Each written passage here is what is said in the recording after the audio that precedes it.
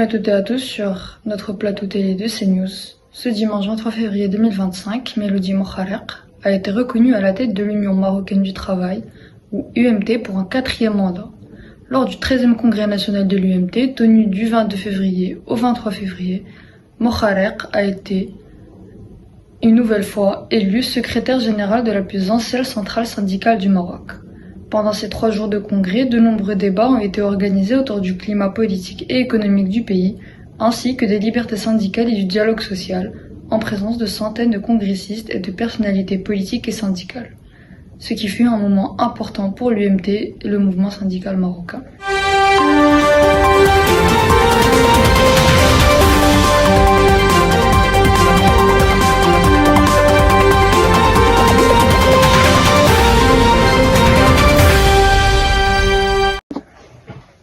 Bonsoir à toutes et à tous et bienvenue sur notre journal économique.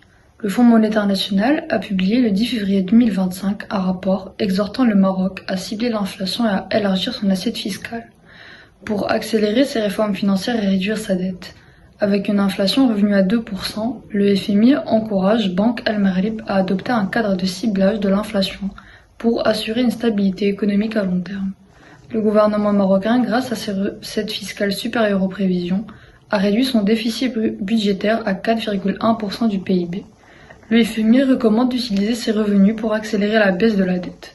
Sur le plan économique, la croissance devrait atteindre 3,9% en 2025, portée par un rebond agricole et une demande intérieure solide. Mais le chômage, notamment dans le secteur agricole, reste une préoccupation avec un taux de 13,3% en 2024. Le FMI suggère alors de mieux accompagner les travailleurs déplacés. Merci.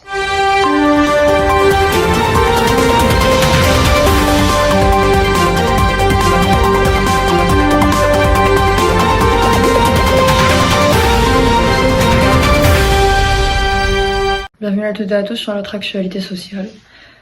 Ce mercredi 26 février 2025, le roi Mohamed VI a appelé les Marocains à s'abstenir du sacrifice de Eid al-Adha cette année, en raison de la sécheresse persistante qui affecte le pays et son cheptel.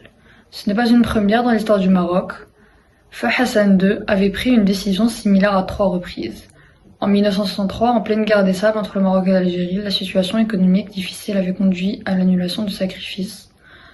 En 1981, une sécheresse sévère et une crise économique avaient poussé le souverain à prendre la même mesure pour préserver le bétail. Et enfin, en 1996. Depuis 2020, année marquée par la pandémie de Covid-19, le débat sur l'annulation de l'Aïd refait surface chaque année, notamment en raison du stress hydrique et des difficultés économiques. Pour cette année, l'Aïd sera annulé. C'était l'essentiel de l'actualité. Restez avec nous pour la suite du journal. Merci.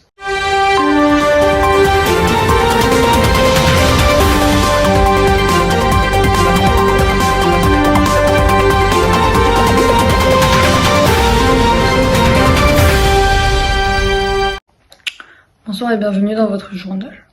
Le Maroc se prépare à une avancée majeure en 2025 avec le déploiement de la 5G, selon un article publié le 9 janvier 2025.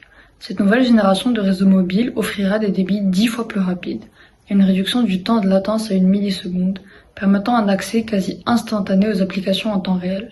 Grâce à cette technologie, plusieurs secteurs bénéficieront d'innovations majeures, notamment la réalité virtuelle, les jeux en ligne, le streaming, mais aussi des domaines stratégiques comme l'Internet des objets, la téléchirurgie et l'industrie 4.0.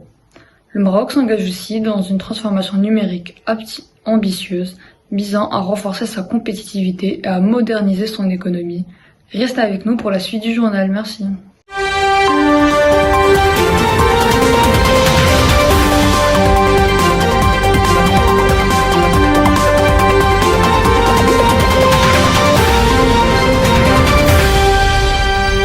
Bonsoir à toutes et à tous. À Bouskoura, la société régionale multiservice Casablanca-Stats franchit une étape importante en matière de protection de l'environnement, avec un projet de dépollution des eaux usées. Selon un article publié le 13 février 2025, une station de pompage moderne est en phase finale de construction. Elle s'étendra sur 900 hectares avec un réseau de 14 km de collecteurs gravitaires et de galeries souterraines, et une capacité de 327 mètres cubes. La mise en service est prévue pour début mars, marquant une avancée majeure dans la gestion durable des ressources en eau. un projet qui témoigne de l'engagement de la SRM pour un développement régional respectueux de l'environnement. Restez avec nous pour la suite de l'actualité.